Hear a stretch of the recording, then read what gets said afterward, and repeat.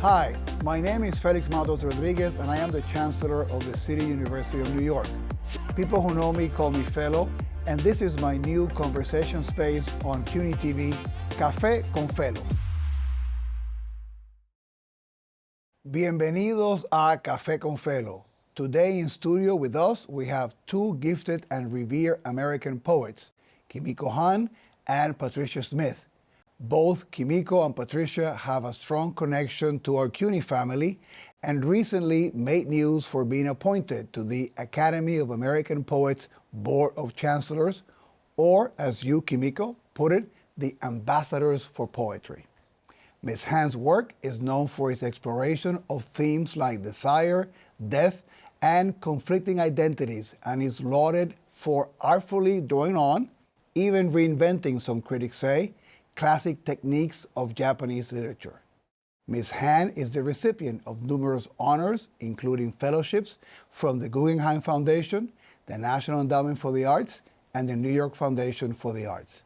And she has been teaching at Queens College for 3 decades now. Kimiko, welcome to the show. Great to have you here. Thank you. And Patricia Smith has been a longtime professor at the College of Staten Island and now teaches creative writing at Princeton University. Ms. Smith's poetry addresses the brutalities of racism, the precarity of Black youth, and the cultural life of urban communities. Her work has been called a testament to the power of words to change lives. Among her numerous accolades, Patricia Smith was a finalist for the Pulitzer Prize in Poetry and has received the Poetry Foundation Prize for Lifetime Achievement. Great also to have you with us, Patricia. Thank you for joining us. Good to be here. Thank you. So the first critical question here at Café con Felo is, how do you have your coffee and how many cups you have a day? I'm going to say 2 cups. I get my coffee at a convenience store by my house where you can mix your own, and I get about 1/3 salted caramel hot chocolate, one little shot of just regular hot chocolate, and I fill the rest with coffee. And I drink 2 of those a day. It sounds almost more like dessert. I was going to say, yeah, sounds It is. It is. It's just satisfying my sweet tooth, but I'm not sure how it's keeping me awake or if it is, but that's how I take it. It's keeping you happy. Yes. How about you? I feel like I need to make something up I know. after that. I mean, my goodness. How can you compete with that? How can I compete with that? How can I compete with just 2 cups in the morning and almond milk, heated almond milk, and that's it. If I have any more than that, I'm up late at night. Well, thank you. It's so great to have you here in the show. I think that folks believe that they understand poets because they've been such a part of history and culture. But I wonder, in your role as poets and as teachers on a campus, right? Do you think that most of your students understand what you do and how you get inspired and how you get to do this consistently over time? I don't think, initially, I don't think my students really do, because they come in and they say, oh, it's a poetry class. I'm going to go in here and spit these rhymes and get this A, you know? And so it's kind of up to me to show them how much work goes into poetry, how much work goes into a single line sometimes, and how you work so hard you make it look like you didn't have to work at all. And also what poetry is, what they're hearing in songs, in rap, in spoken word, what it's built on. It didn't come out of nowhere, you know. So I think once I show them that poetry has many roots, I show them a lot of poets who look exactly like them, who come from places that they come from, because sometimes you tend to think it's relegated to the dusty bookshelves and it has nothing to do with you. So I think the thing that reaches them most is to say, these are people talking about the same type of life that you're living right now, and to plug them into what's contemporary in poetry and see that it holds something for them. And sometimes it doesn't click right away. I hear from students 2 years later and they go, oh, now I get it. Yeah. But that's good too. That's good too. How about for you? Yeah, I agree with that. Some students, especially students who come from American public school system, haven't had a lot of experience with poetry, reading poetry in the classroom. And in fact, sometimes I feel that poetry is even taught to be feared or even disliked. So I find that sometimes I have to bring them into an emotional range of poetry. And on the other hand, the immigrant students oftentimes come with their with poetry and literature and can recite poetry from their native country, and that's extraordinary. And I love that. So then they're bringing something to the class and to me. But what I mainly try and do is to get them to not think. I say, I might be the first professor, maybe the only professor, who tells you, don't think when you're writing. You can think when you're revising. You have a writer's prompt, and then just go for it. Interesting. One other thing I was thinking as I got ready to be with you was also now you've been teaching for a couple of decades. I don't want to date anybody here in the show, but I also wonder how in the generations of your students, right? I mean, you were talking about some patterns that you've identified. Has this been consistent, or can you say, listen, when I was starting, a couple of decades ago, students connected with poetry in this kind of way, and it's evolved as, I think about their connection to cell phones and all this immediate gratification. I think you've written about that. I mean, have you seen that evolve in your teaching and in the campuses?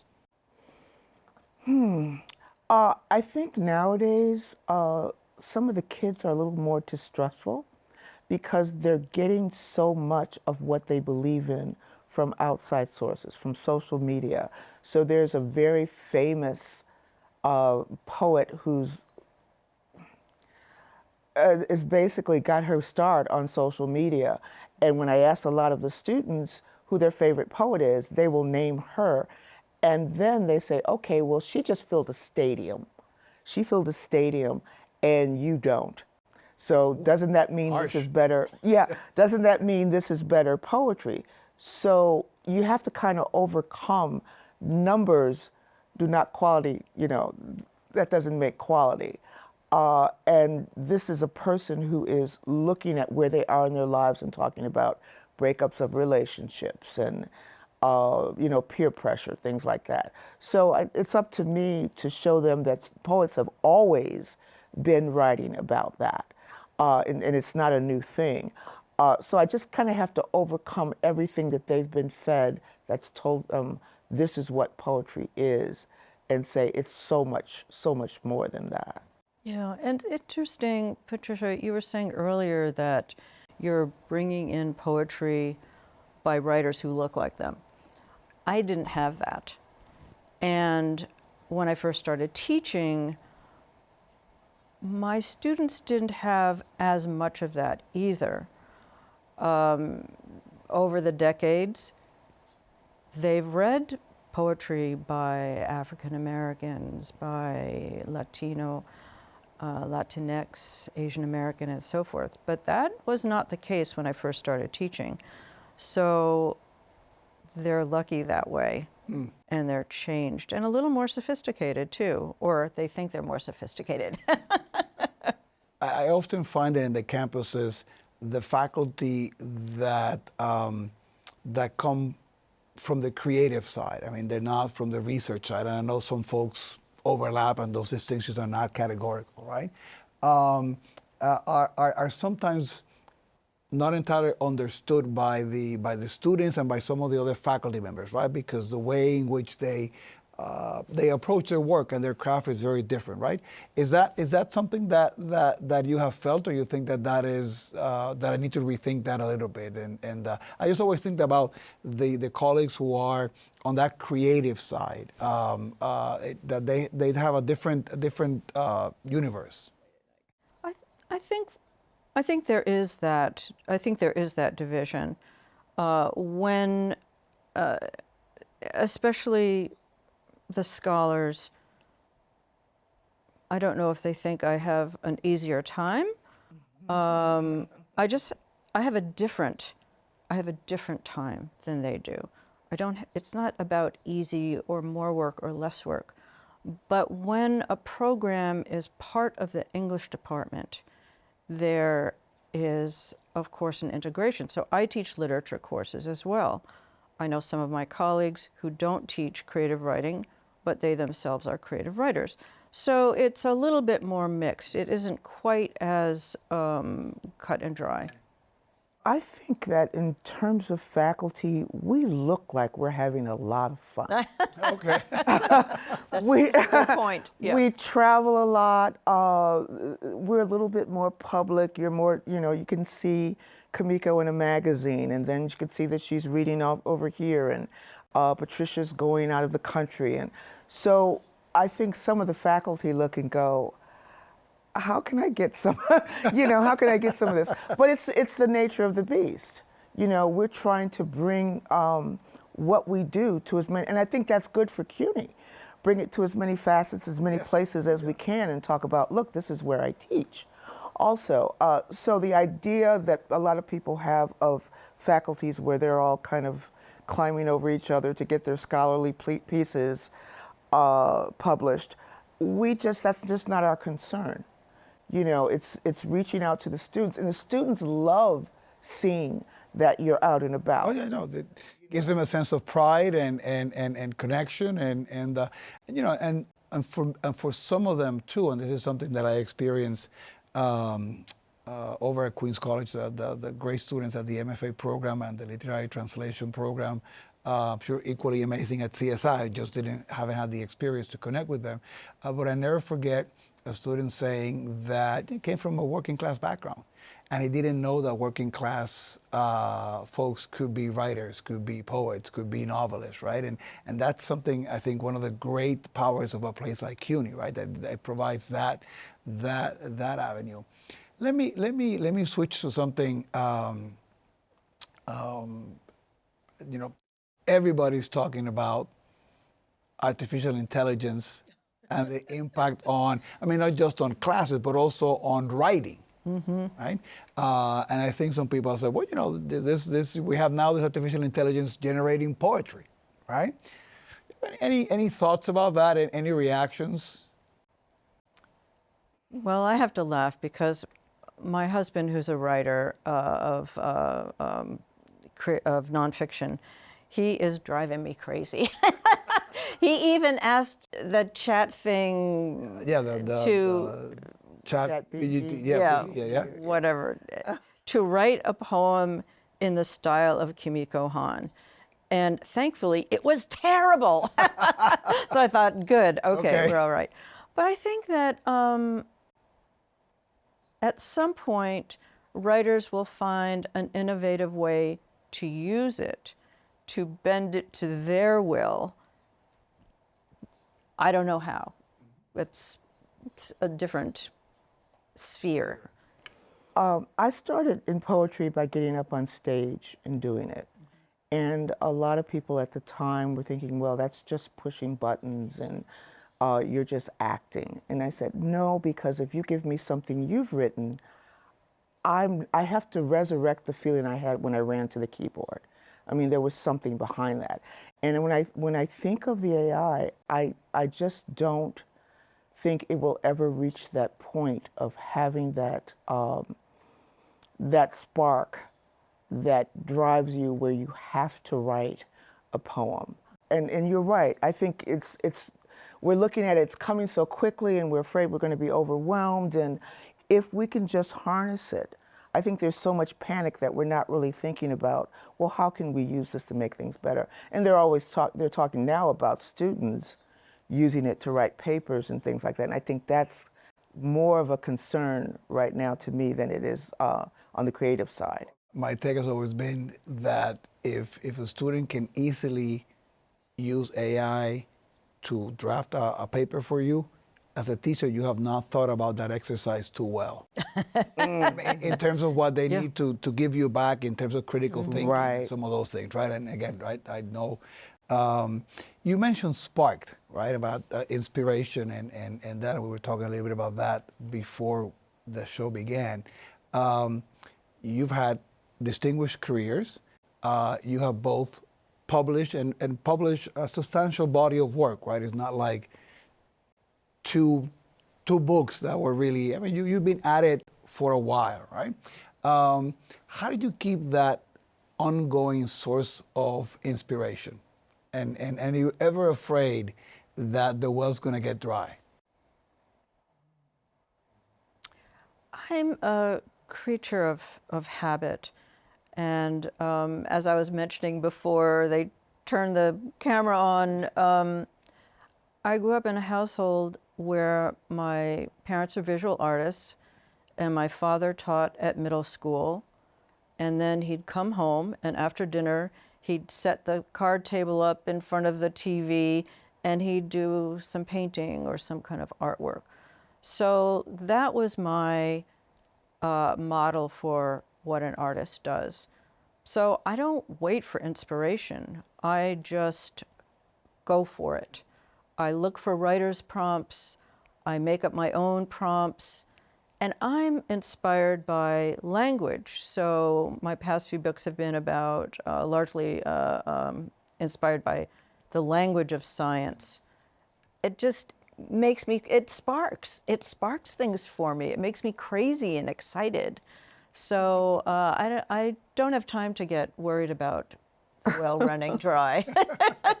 Good.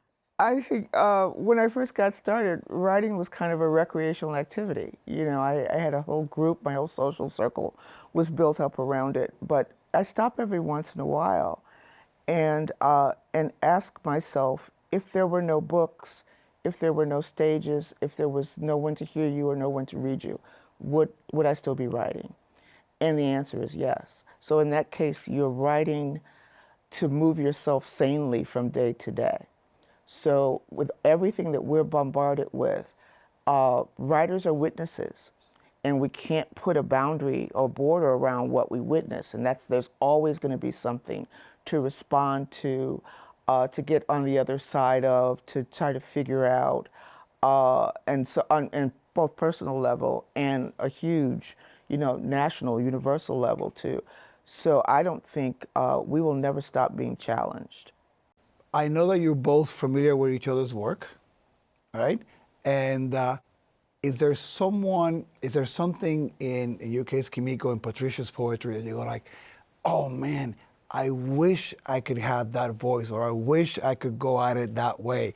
And similar, is there something as you read some of the work from Kimiko, you go like, my God, I really wish that, and maybe I'm going about it the wrong way, right? But that, in a positive way, not in a negative way, that you go like, oh my gosh, she's really got that, and I wish I could go at it that way. I think what We were both going to answer at the same time. I think what the grounding, what my work is built on. My parents both came up in the Great Migration from the South to Chicago, and my mother in particular was very ashamed of being from the South. So whenever I would ask her about something when she was growing up, she said, oh, well, what do you want to know about that stuff for? Mm-hmm. And so I feel like when I turn around and look behind me, there's something that I've built that I'm resting on, but I don't have a sense of history in both my being and my language. And I think that Kimiko, her work makes me very aware of what I'm missing in terms of that type of grounding and that kind of past to draw upon, because when I turn around and look, it's just kind of a blank wall. I would go back in time, and so I was born in the 50s, and at that time, and maybe still today, good girls didn't get angry. Sit down, be quiet, be a good girl. So there are certain emotions that I can express in poetry, and anger and rage are hard won. And I love the full-throated expression that I find in Patricia's work.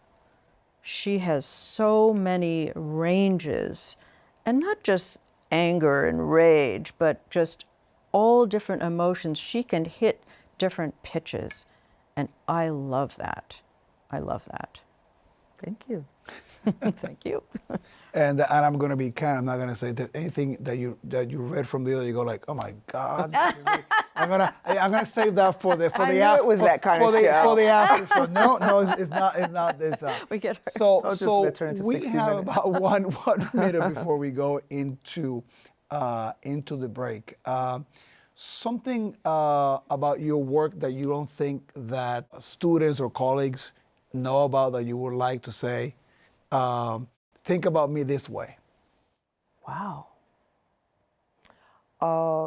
Instead of thinking about me as a poet, I would say think about me as a storyteller.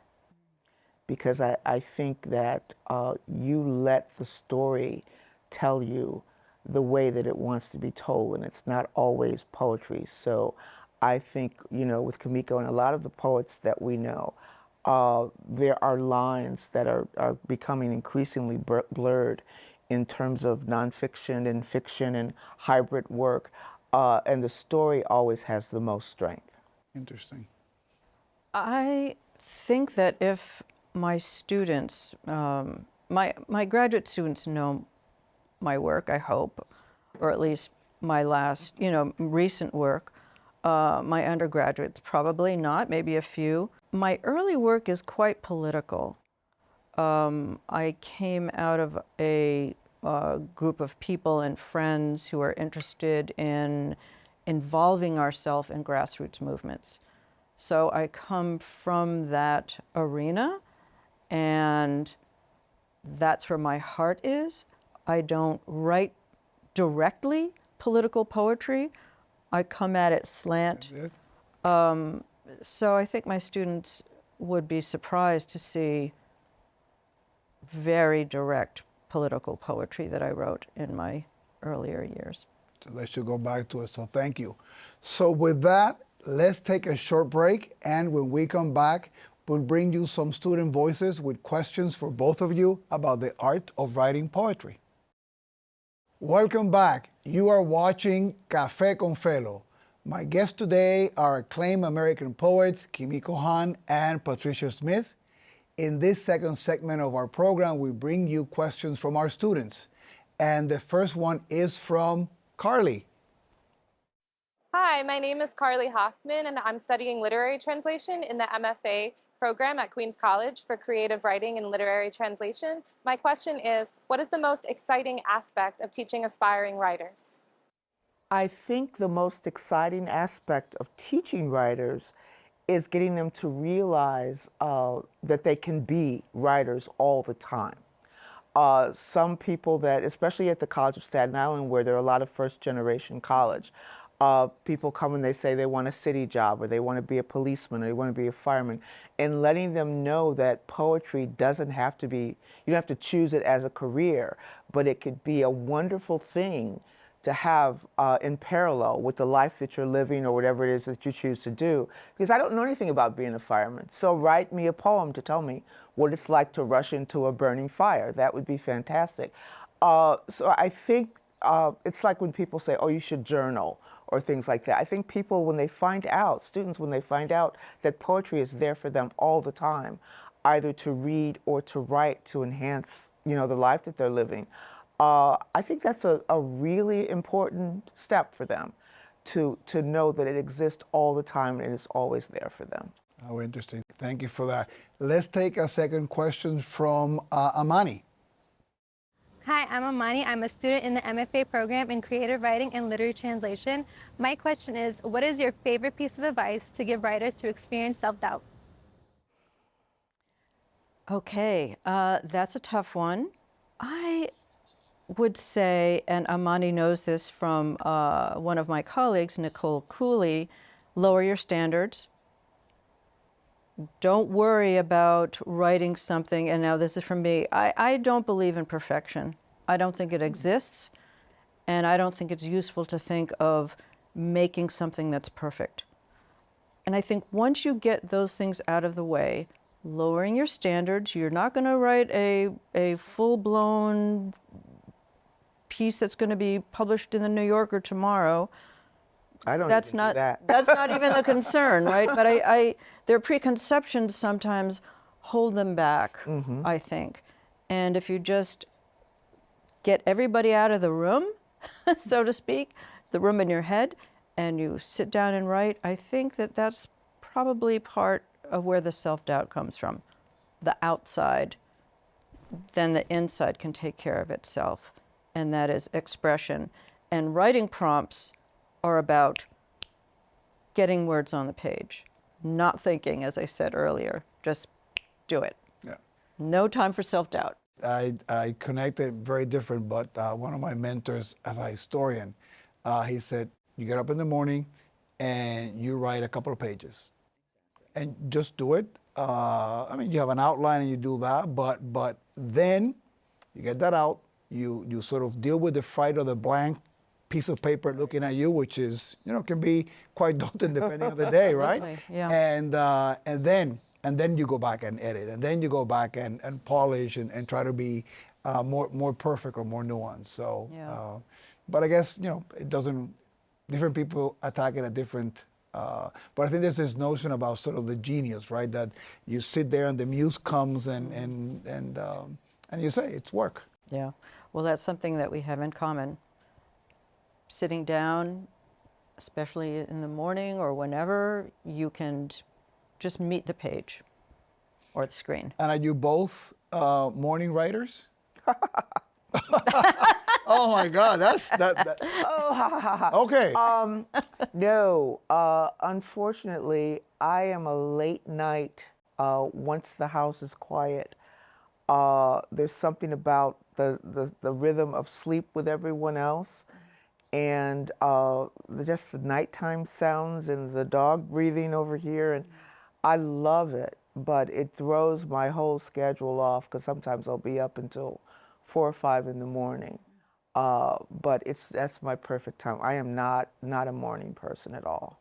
Well, and who could, right after you have that delicious dessert coffee type concoction that you I have do drink that too late in the morning. I mean, this is I'm sitting there like, who can work after that? It's like, it's a shot too. But again, this has been such a joy to have you both here. So thank you so much, It's fun. and keep writing poetry, keep inspiring our students. Kimiko Han, Patricia Smith, thank you for coming to my show and for inspiring our audience to stay connected to this nourishing and powerful art form. We are eager to see the many ways in which you'll continue to influence the world of poetry. And maybe you can come back again in the show and maybe read some poetry. So that's our show for today. Thank you all for watching, and please tune in for Café con Felo on weekends. That's Friday, Saturday, and Sunday at 8 p.m. on CUNY TV. Saludos.